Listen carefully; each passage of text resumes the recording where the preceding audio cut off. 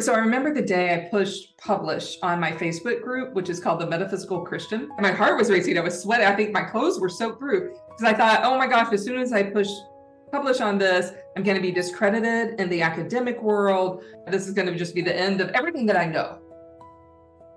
I have a PhD in the New Testament. So I feel like what I do now is like where woo meets logic. I began coaching Christians in woo stuff, which was really fun. I don't consider myself a shaman, but a shamanic practitioner. There's no society of shamanism who's defining this. We all get to define it. But it's someone who has and is developing strong relationships with spirits in the other world who can come to their aid for the service of humanity to help reduce human suffering. The first time I did a healing journey for my ancestors, and I thought, I'm not sending a damn thing to any of these people. They don't deserve it.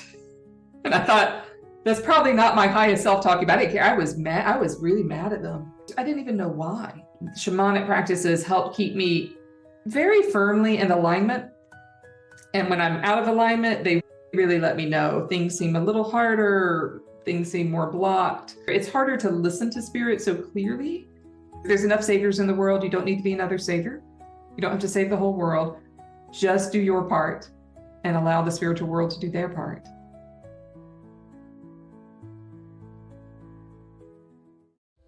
Hey everyone, it's Sophia from Sacred You. Thank you so much for being here. A quick message before we dive into today's conversation.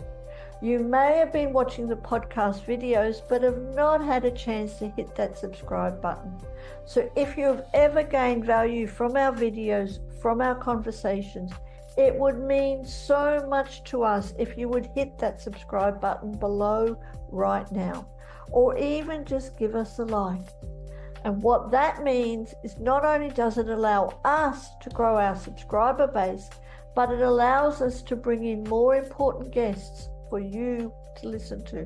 And you will be one of the first ones to be notified. So please hit that subscribe button and let's get started on today's conversation.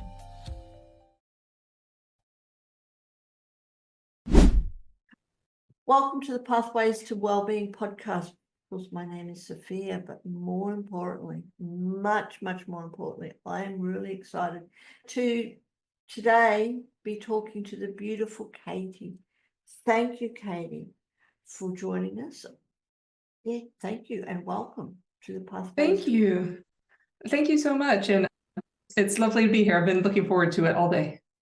I said, I'm really excited because we're talking about something that is really close to my heart, and that is embracing the big woo, practicing shamanism in everything that we do, which is a wonderful topic, especially in today's world. I think woo is slowly becoming much more popular and acceptable.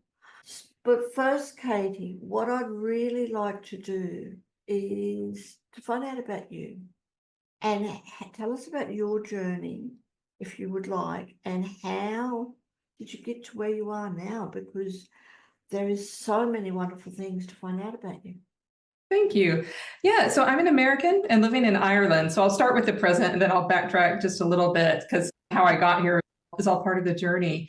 So I think I began life like so many of us, pretty intuitive, and I don't know that my intuition got shut down. I got preoccupied with other things like you do when you're growing up. Going to school, I always excelled academically, so I always liked that part of my life. And on down the road, I was always interested in religion and spirituality. I grew up in a very mild kind of Protestant tradition in the United States. And this led me to do something very foolish, was to get academic degrees in religion, with which there's not much to do except teach religion in universities and places like that, which is what ended up not being my path. And so I approached the big woo in, I hope, a woo beautiful way, because I really like all of it and the things that maybe can't be explained with logic. But I also come with a really strong academic background. I have a PhD in the New Testament, and you can't learn Greek or Hebrew without kind of exercising a lot of that logic. So I feel like what I do now is like where woo meets logic.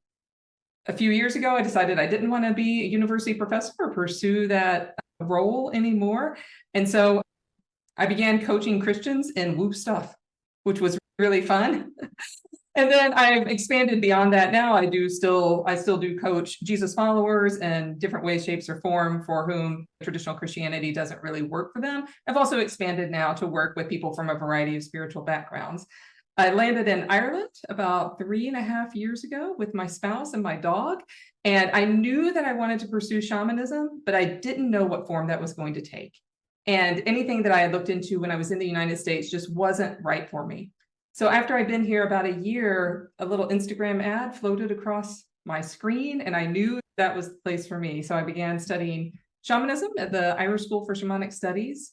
And that, I don't want to say that revolutionized my life, but it added some depth to it, to what I was already doing, and gave me a new framework to explain some of the things that I had been doing intuitively for a long time.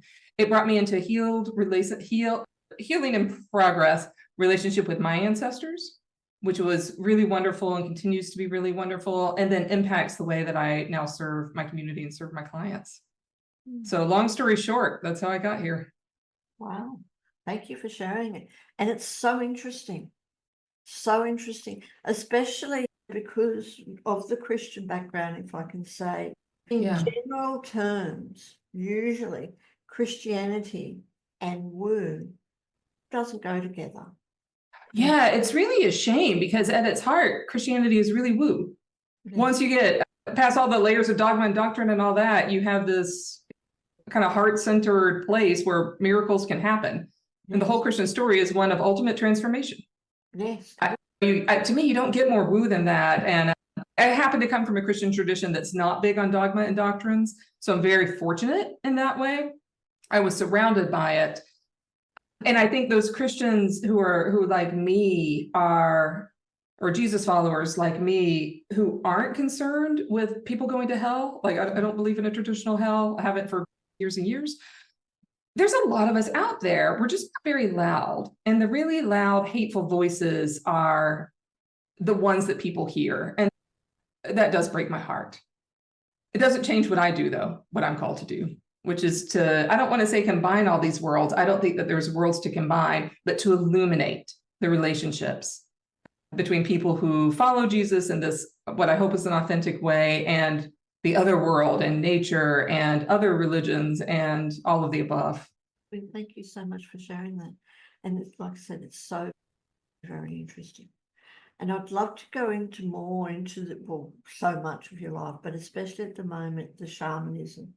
Tell us more about the shamanism, especially for anyone who might be listening or watching who doesn't really understand what shamanism is, because again, a lot of that would be thought of as American Indian.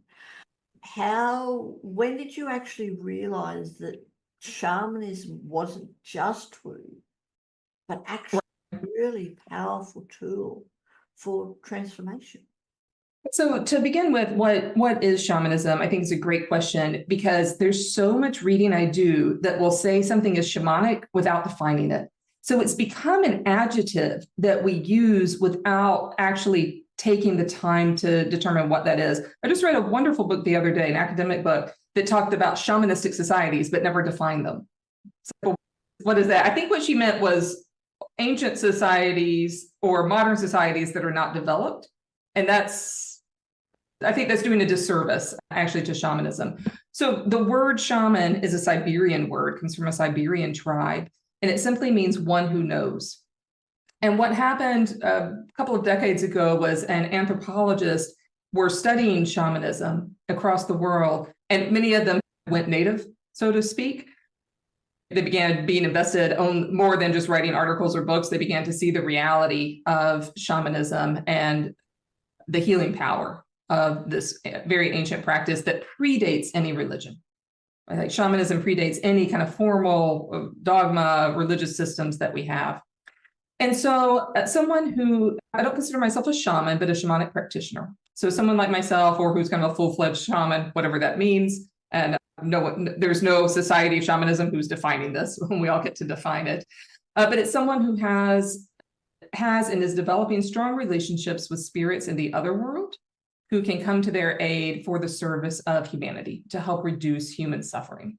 So we've applied this system that we call shamanism across time and space recognizing that there's similarities across many cultures with this connection with the spirit world, bringing the spirit world for the service of humanity. So in my mind, someone who does that is working within the field of shamanism, and it's not tied to any one particular religion. The Native American connection, I think, is interesting because many Native Americans do not consider themselves shamans or shamanistic. That's a colonial word for them. And so they wouldn't even use that word to describe themselves. So it's interesting. We've put that on different cultures. And then some would. Every tribe is really different. And I've not had the opportunity, unfortunately, to work or learn from any tribe members, and many of them are very suspicious of white women like me coming into their tribes, which I get. Absolutely, so do I. Yeah. And it is very true. Just in generalization, we kind of label different cultures, different beliefs. And as general shamans, it brings the image of the healers, for the want of a better word, the witch doctors or the women who in the Native American tribes. But as you said, I love it how you explain. It's like it's bridging that gap from our life, the physical life, into the spiritual life. Yeah. Basically, it's really, really good. Thank you for that.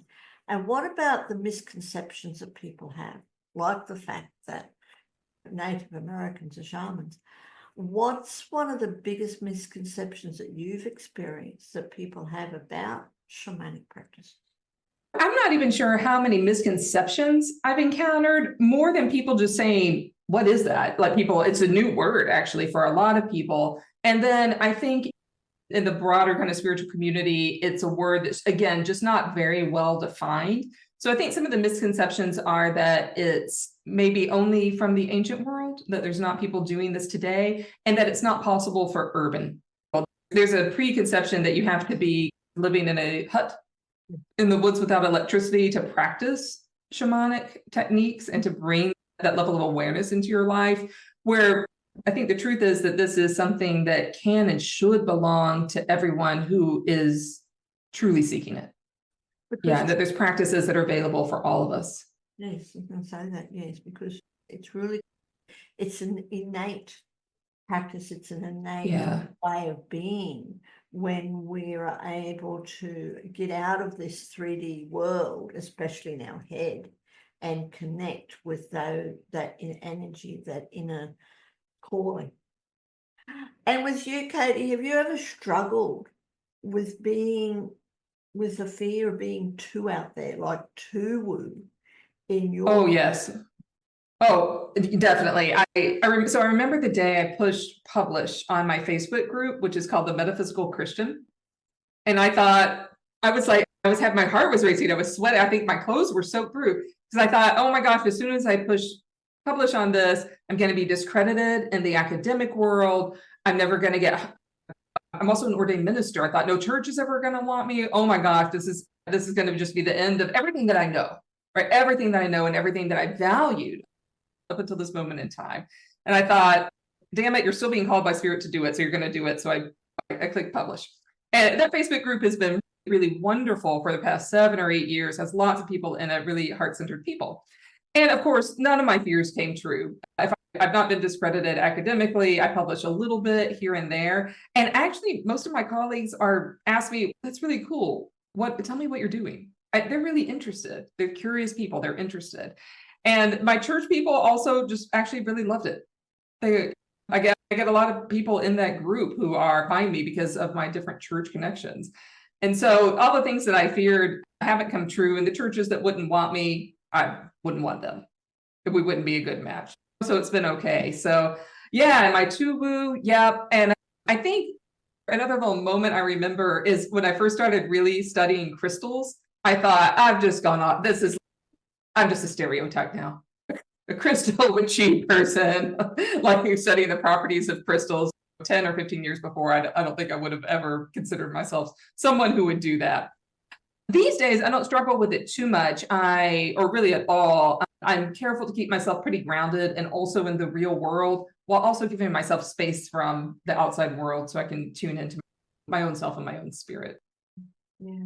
It's amazing, isn't it? Especially again in the Christian tradition. Yeah, You've got someone who's talking about woo and crystals and everything else, which it actually all goes together. it does. But traditionally, in today's world, it's a little bit out there. It is, and you can't reduce it to a sound. You can't take someone who's heavily indoctrinated and invested in another way of seeing the world as being their way being inherently right. I can't explain on a poster my way of being. It's a much deeper and more integrated way of being. It doesn't lend itself to a quick Bible verse that's going to explain it. And that's a really actually irreverent way to use the Bible, to reduce your beliefs to a verse that's going to prove someone else wrong. I can't really engage with that. What I can engage with is people who really want to dig deep and find out build their system from the ground up. Yes. And it's so much more grounding. It's so much more fulfilling. Yeah. And I love it how you use the word integrated. Now, how we can integrate all our beliefs into our daily life. Yes.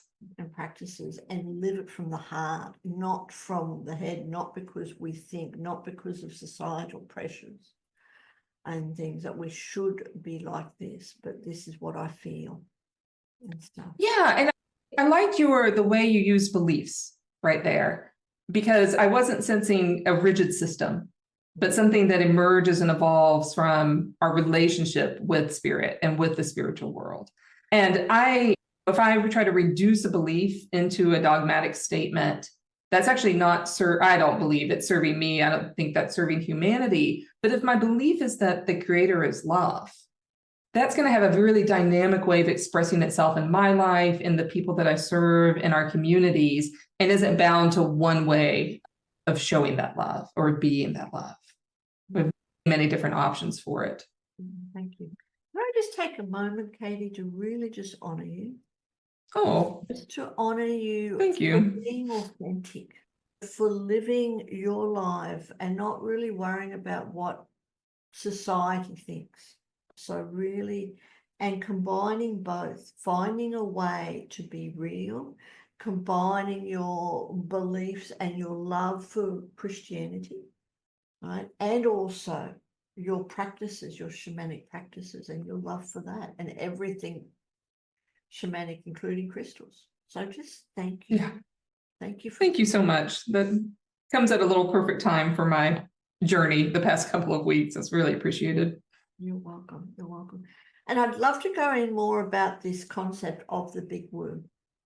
You talk about embracing the big woo, but we're living in a world that is, again, generalization, especially if you live in the world as such and not deciding to go off grid, not deciding to live in communities, but you're living a normal 9-to-5 life.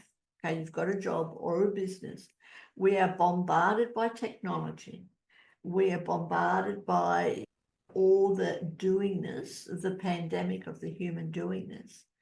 But how can people really embrace the big woo and feel grounded in that, experience the benefits of everything woo, but yet still be in the everyday world? Yeah, so I'm of the firm belief that we need more people in the everyday world, whatever that is, working 9-to-5s, people who are professionals, who are service providers, who are doing whatever it is that we're doing, to actually embrace the big woo, because that's how our world becomes revolutionized. I don't think we're going to go anytime soon to a world where the majority of people aren't living in urban environments and aren't in offices or on their computers or whatever it is. And so the more mindful we can all be and the more tuned into spirit we can all be, the better our workplaces become, the better our doctors and lawyers become, the better our service providers and pizza delivery people become, because we're all living in community doing this thing together. I think sometimes my clients, when they've come to me, I've had more than one person tell me hesitate before they signed on, because they're like, am I going to have to change my wardrobe? Is everything about me about to have to change? Do I have to buy all flowy clothes, fill my house with incense and crystals? I'm like, you may want to, but no, you don't have to do any of those things. You can still wear your suit or your jeans or whatever and still be really enveloped in the big woo. that doesn't mean that spirit's not going to ask us to make adjustments and to change. Of course we will. We're human beings. As we're evolving, as we're more in touch with our spirituality, we will make adaptations. But I've met very few people who've gone big woo and realized that they were living a completely wrong life and that they needed to move houses or get divorced or something like that. Sometimes those changes happen because people get in touch with themselves and realizing they're not living authentically. That's quite different than saying you're going to be required to make these big changes. So I think the more big woo we are, the better. Yeah, being in touch with our angels and ancestors and the other world and finding guides who can help us with particular moments in our life. Why wouldn't we want more of that?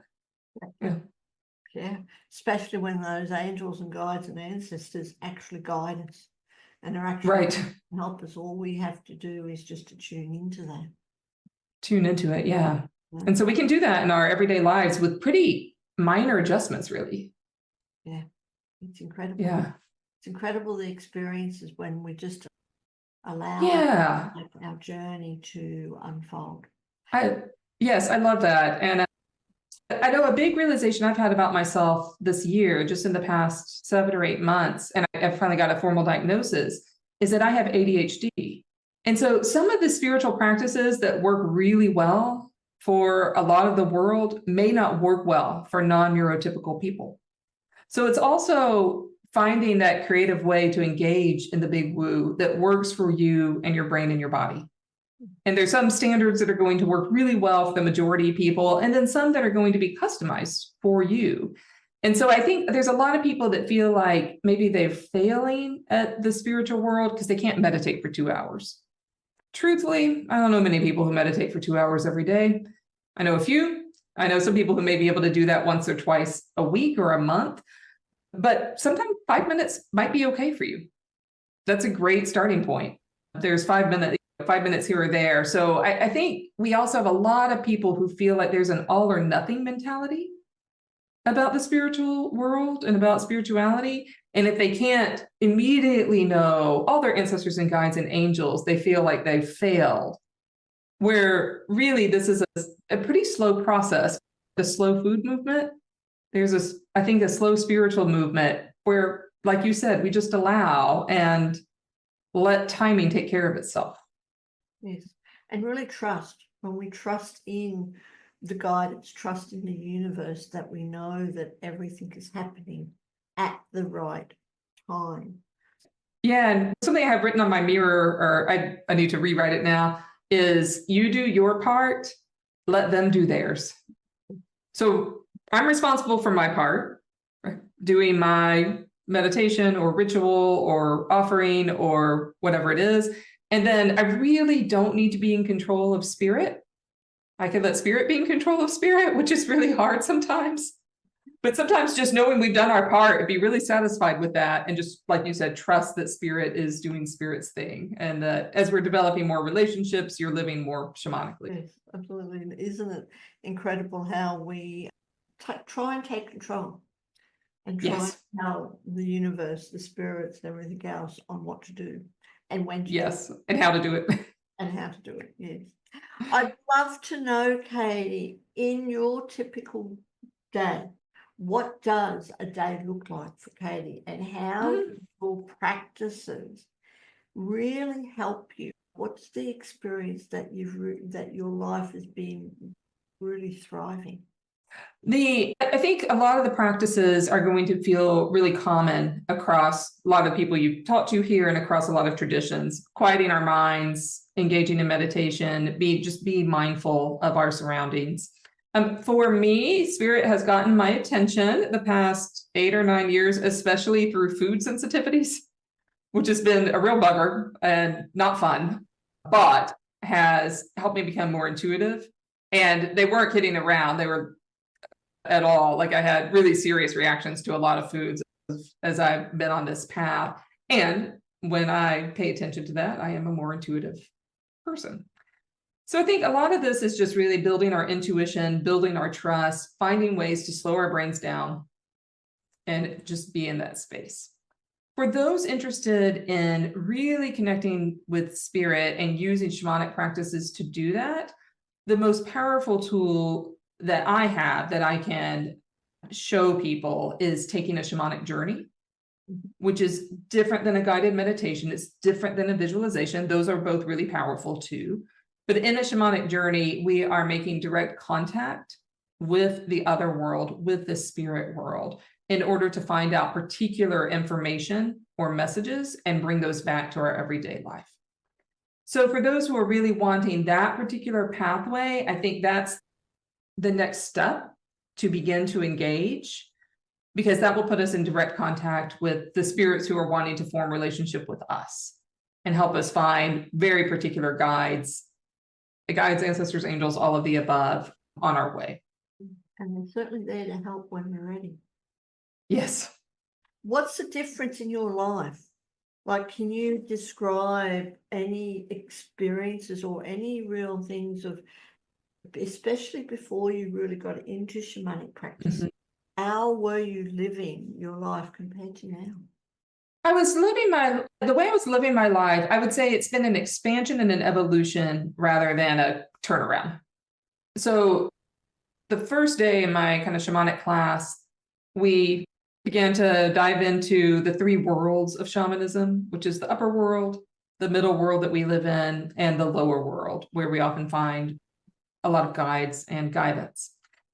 And as soon as we started going over these three worlds, I thought, oh my gosh, this is exactly the journey I've been taking people on for years now. I just wasn't calling it this. And so that helped give me a new framework for understanding what I had been doing intuitively already. So that was not a game changer in that it altered the way I did it, but it was a game changer in understanding that I had been intuitively tapping into a framework that is as old as time, as old as humans have been engaging with the spiritual world, which is for forever. So that's one that I can think of. Think another, though, a big moment of healing for me was the first time I did a healing journey for my ancestors.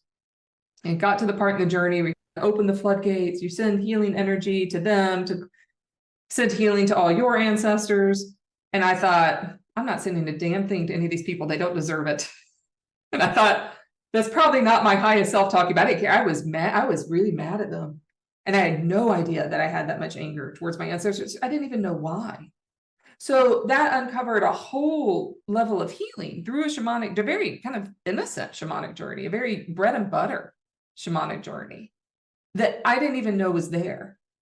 And so I don't think it's changed. It doesn't change what I do every day, but it changes what I perceive every day and the way that I allow ancestors to guide me and the way that I engage in hopefully sending healing energy to them and thinking about the ripple effect on family members that I may not talk to or even see every year.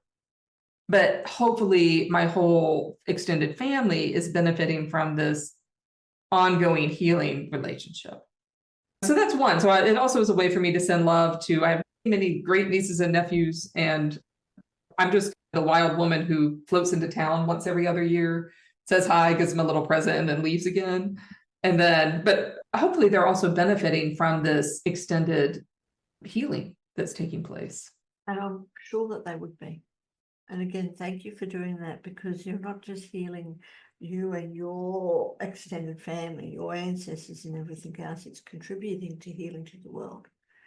Yeah. Well, when we all can experience some type of healing, especially within our family tree, which a lot of us have been brought here just to do. Ooh. It just adds to the healing of the world. I love that. Many of us are brought here to do that. That strikes me as just very profoundly true. I've never quite thought about it in that way. Yeah. A lot of times that is it's not our only role, but it's one of our main purposes, is to help heal the experiences of all our ancestors and the lineage that goes way, way, way back. And also for people who believe into the future too. Yeah. And the ripple effect that happened, that has, is incredible. I love that. And I just had a big trip back to my hometown two or 3 months ago, and I visited graves for the first time in decades, really, for many of my ancestors. And I think doing that, especially my paternal grandparents, they died when I was like 2 and 6. I only have one memory really of my grandfather. Of course, all my siblings and cousins, he's like the favorite grandfather, and they have all these really warm, wonderful memories of him. And I just don't have those. But they live on in stories. And since then, when I talked to my father about a week ago, I said, I had a dream of Granddaddy Valentine. And I got choked up. And he said, I did too. And I said, well, tell me about your dream. And I think the ongoing healing relationship that I'm forming with ancestors, it comes back to me in the form of dreams, and then talking with other family members about it. It goes on and on. He was the youngest of 7 siblings. I don't know any of those cousins. I've met them once, if at all. There's like dozens of them now. But hopefully they're all experiencing healing too, as that family line continues to be healed in the other world. Without even realizing. Yeah. Yes. That's, to me, that's one of the wonders and one of the benefits of doing our work, doing the healing work, is that people benefit without realizing what's happening. All of a sudden their life is changing, and within you that you're just helping that to happen. Yes. And shamanism is about reducing human suffering, alleviating human suffering. And this is it at its core. And it's something that we can all do. Absolutely everyone who is curious can experience the journey to send healing energy to your ancestors, and then do that on a really regular basis. And it's not a dangerous journey. There's a simple ways to protect yourself before entering any journey. And so we can all do that. And it's a really wonderful way to just participate in your own healing, your ancestors' healing, and then, like you said, the world. Yeah, absolutely.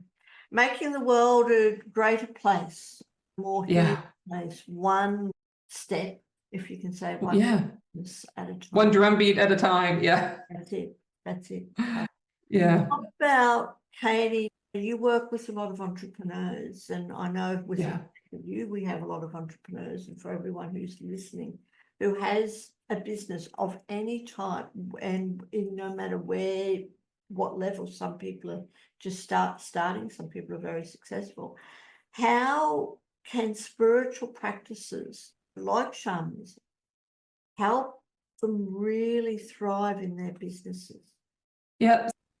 A couple of ways that are going to be somewhat obvious, I think, for those who have been around the block in this, which is finding guides for your business, right? Whether those guides are lifelong or they are temporary for a certain duration of time while you're working on a project or while you're launching, or who want to help you with whatever it is you do in the healing world. So it's a huge one, because then we can receive direct guidance through journey state, just in our regular everyday state, from our guides.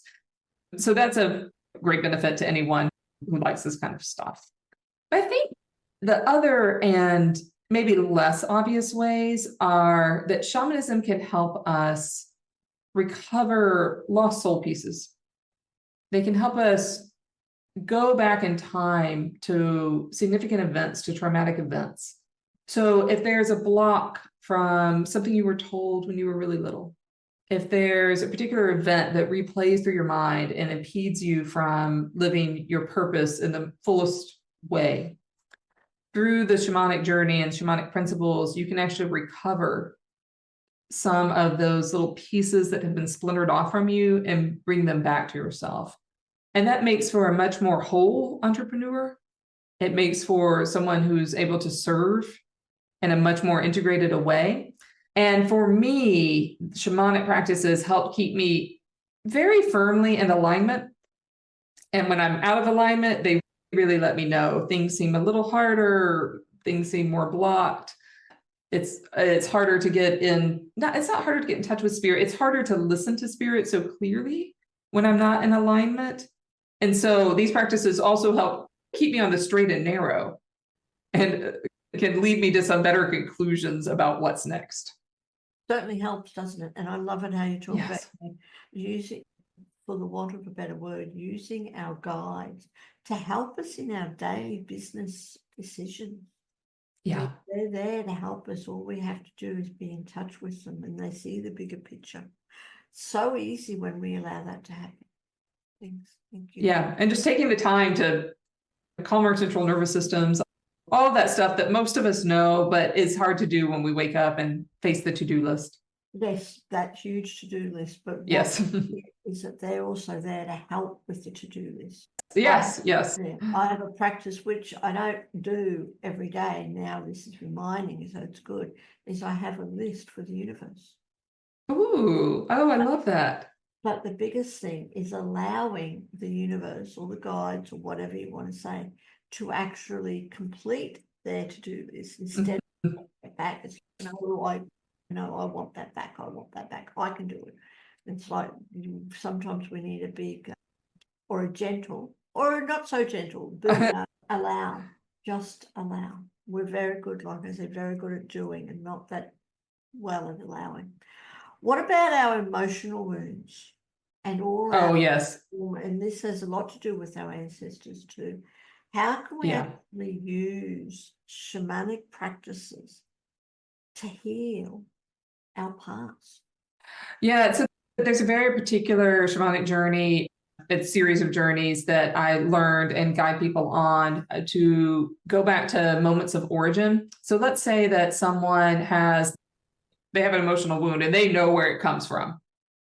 So one that I did for myself was when I used to have a terrible phobia of snakes. They're not my best friend right now, but I'm not as paranoid as I used to be. But I have a very particular moment in time where a boy in my neighborhood scared me with a stuffed snake. It was a stuffed cobra that they had in their house. And he lured me in with a, hey, I have something I want to show you. And then pulled out the snake that he knew I was scared of and frightened me with it. So there's a lot going on there. One of a phobia of snakes. We just entered into Year of the Snake. It's a perfect time to embrace them.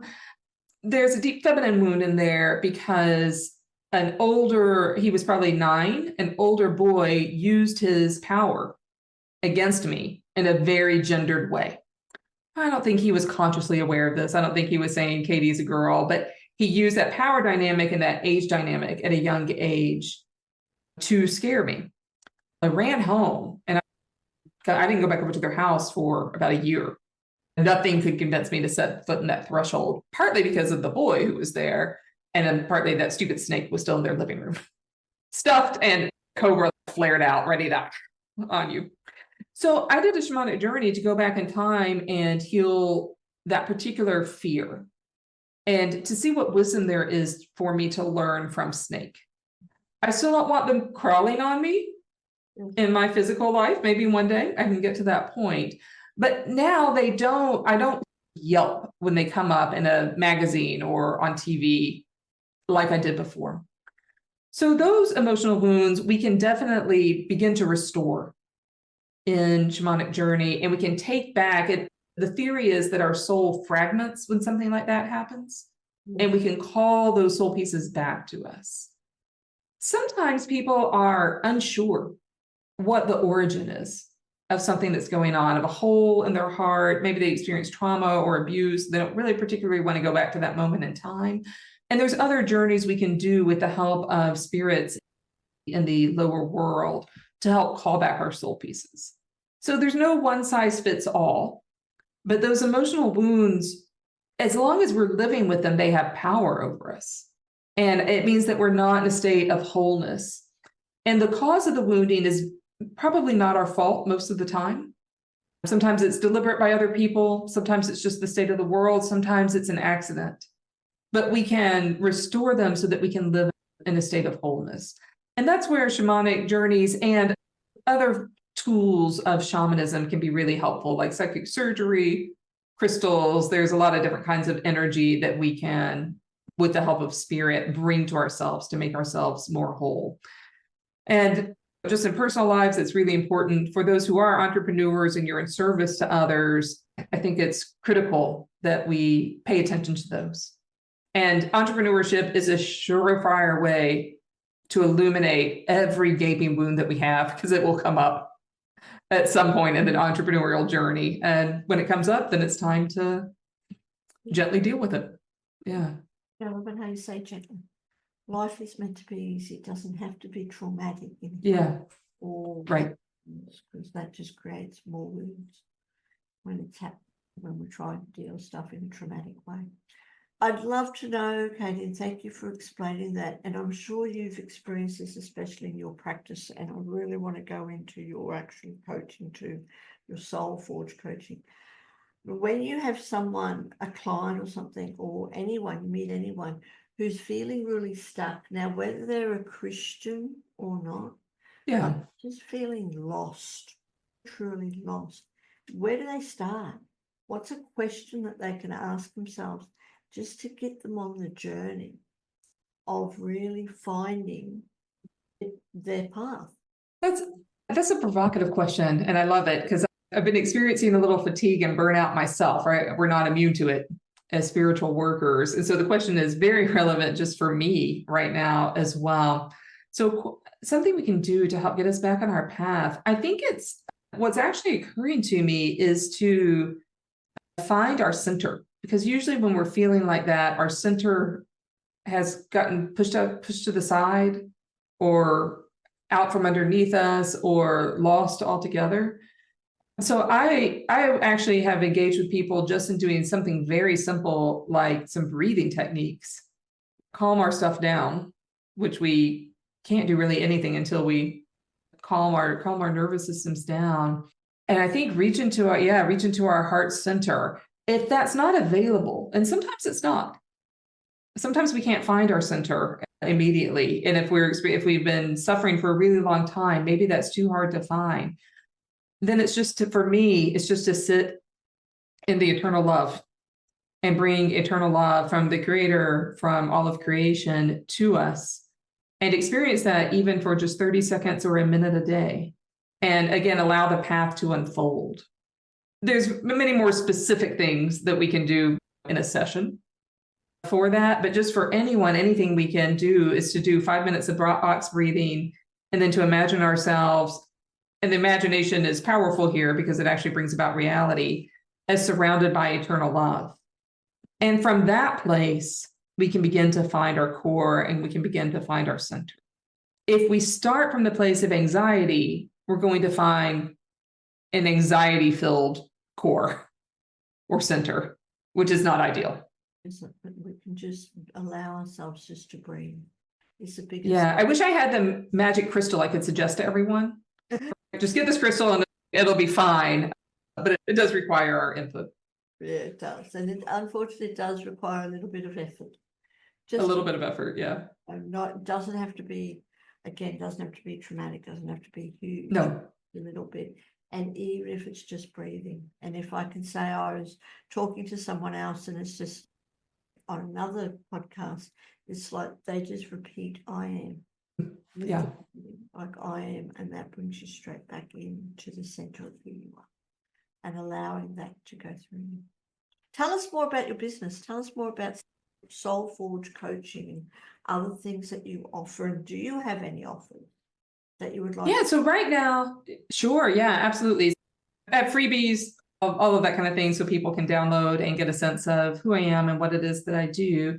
And so I work with conscious leaders, with professionals, and by professional, if you're listening to this, you're a professional. It doesn't have to mean that you're in a C-suite company or anything like that. If you're living life, then you are a professional. And so I work mostly one-on-one with people now in a series of sessions where we do shamanic counseling, shamanic healing together, and that is very customized depending on what the person needs or wants in their life. If they are an entrepreneur, then we can also look at business strategies to support that healing journey as well. So one-on-one sessions. On occasion, I'll have classes. I've actually stopped all group classes for a little while just to give myself a little breathing space, and I'm focused on the one-on-one sessions. So it will be directed by spirit. There's no cookie cutter for this, but in general, a session with me looks like us checking in, getting to know each other, really discerning what has guided you here with me today. And then from there, together and with spirit, we'll decide on the tools and techniques that are going to support you for your own healing and your own thriving. Thank you. Thank you. And I will certainly be checking out your links. And for everyone who is watching, again, do click on those links below and check out everything that Katy has to offer. You are an amazing woman, Katy, and I'd just like to thank you again, because you vibrate, radiate that you're actually walking your path. You're very, thank you. Very real. So again, thank you. And I know before we were recording, you were mentioning that it's a very special time and stuff. Tell us about that. Yeah, I love it. Today is astronomical Imbolc here in the northern hemisphere, and I'm assuming astronomical Lunasa where you are in the southern hemisphere, which is the cross-border day. It's all a fancy way of saying it's the cross-border day that's the exact midpoint between the winter solstice and the spring equinox, or in your case, the summer solstice and the autumn equinox. Yeah. And so it's a very transitional time of year. It's sacred to Bridget, who's both an Irish goddess, and Saint Bridget, who's the Christian saint. And she's been really special to me for about 15 years or so. And so I didn't know it would be astronomical Imbolc when I selected the date for recording all those months ago, but lo and behold, here we are. And I've been doing Bridget stuff all weekend long. So really just delightful. And I feel very guided and that she's been present with this recording. Very, very spiritual time, very powerful time. And as right on that day where it's halfway between some other powerful days of the year. Yeah. And Katy, what's one piece of wisdom that you've experienced on your journey that you would like to share with everyone who is on their journey to well-being, their pathway to well-being? I think the one that's on my mirror is actually what's coming up, which is we just need to do our part, right? We just need to do our part. And that can be very simple. There's enough saviors in the world. You don't need to be another savior. You don't have to save the whole world. Just do your part and allow the spiritual world to do their part. And if we're all doing our part, we're creating a beautiful grid of up-leveling and of elevation and of healing. And that's enough. That's very plenty for a lifetime. So much we live in a world, again, in generalization, that we're trying to do what other people are doing. Yeah. Trying to live other people's lives rather than really just being in tune and centered in our own life and just focusing on that. And it's the same for spirit too. So same for spirit. We try and do what it's their role. No, just focus on what else and allow everything else to unfold. Two more quick questions, Katy. Right now, one of my focuses, if I can share on this year, because again, we live in a world where everyone's experiencing the quickening and time is floating by. We're already in the second month of the year. But one of my big things is to experience magical moments. And for me, that is slowing the illusion of time down to really focusing on the magical moments. Would you like to share any magical moments in your life?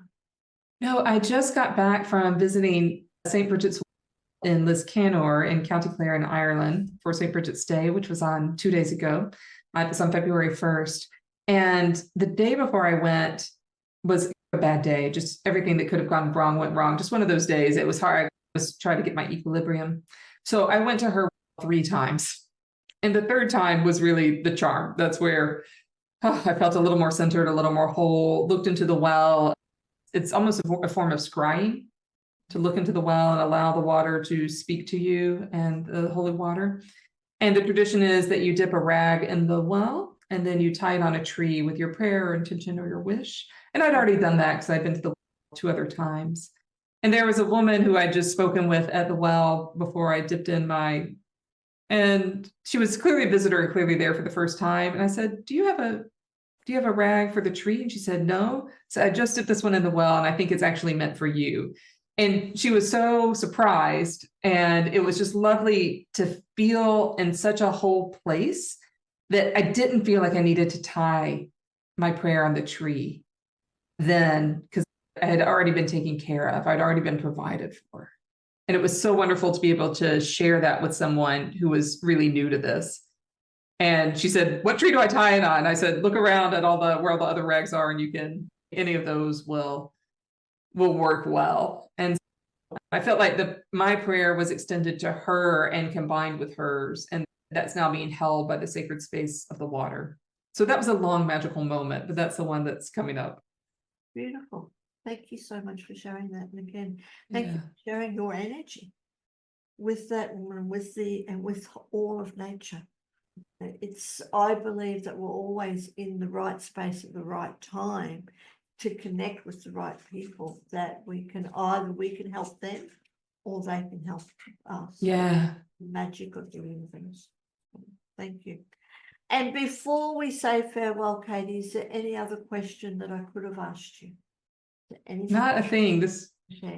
It feels very complete. Thank you so much for your energy and the wonderful community you've created, just creating the space for people to share. Thank you. It has been an absolute honor chatting with you, and please do and share more of your journey and how shamanic practices, how we can use them in our life on a daily basis. Thank you for joining us today for our wonderful conversation with Katy, who offered so many nuggets on how we can use shamanic practices within our day. To find out more and to connect with Katy, please click on the links below.